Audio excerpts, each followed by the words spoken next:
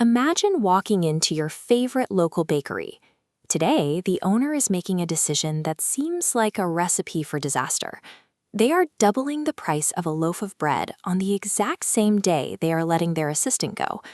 Normally, a healthy economy follows a simple rule.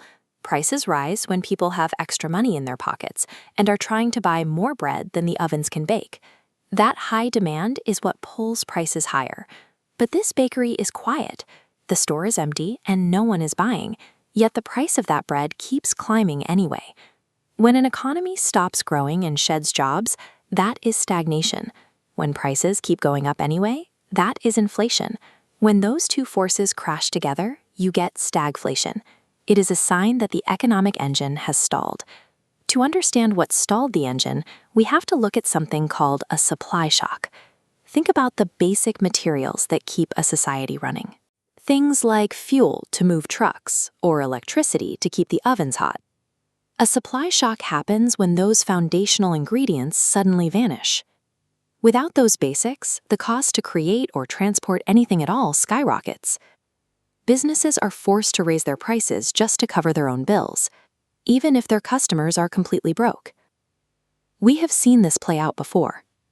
The 1970s give us a very clear picture of what happens when the global supply of energy is cut off.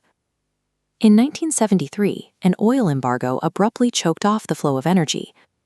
Within months, the price of fuel quadrupled. Everyday life ground to a halt.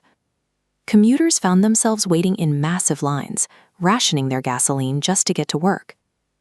Gas stations imposed strict limits on how much fuel a single person could buy. Transporting goods became incredibly expensive and slow. When fuel stops flowing, factories power down and delivery trucks stay parked. The economy stops growing, but the cost to live your daily life continues to explode. Now, jump forward to 2026.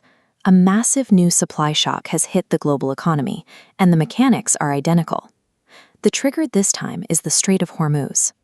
It is a narrow gap of water in the Middle East, and normally about 20% of all the oil and natural gas traded in the world passes right through it.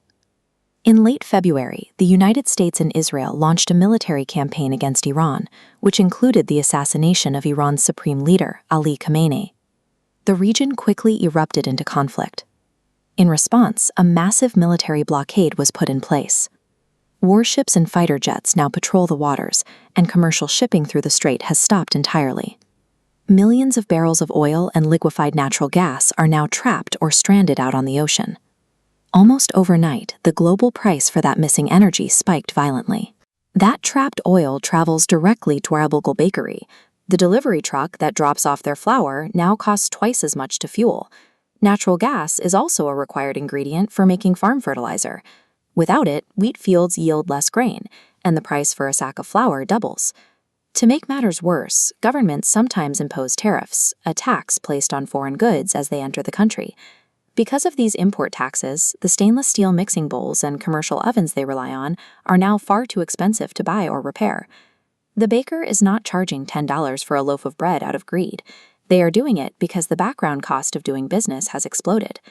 Economists call this cost-push inflation. The baker is simply a victim of a fractured supply chain. You might wonder why the economic policymakers, the central banks, cannot just step in and fix this. Normally, if prices rise too fast, banks raise interest rates. This makes borrowing money expensive, which encourages people to save instead of spend. Buying slows down, and prices cool off.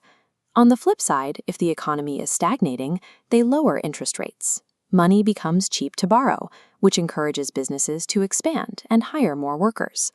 But stagflation traps them in an impossible dilemma. Raising rates to fight inflation could bankrupt our struggling baker. Lowering rates to save the baker's business would cause the price of bread to skyrocket even further.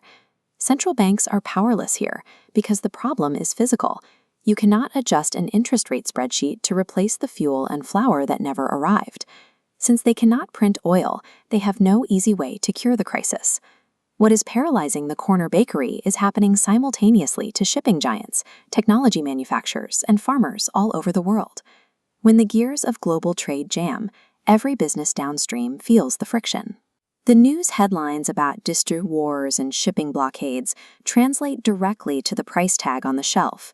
A conflict in a distant ocean eventually reaches the cash register at your local bakery, deciding whether a business survives and whether we can afford our daily bread.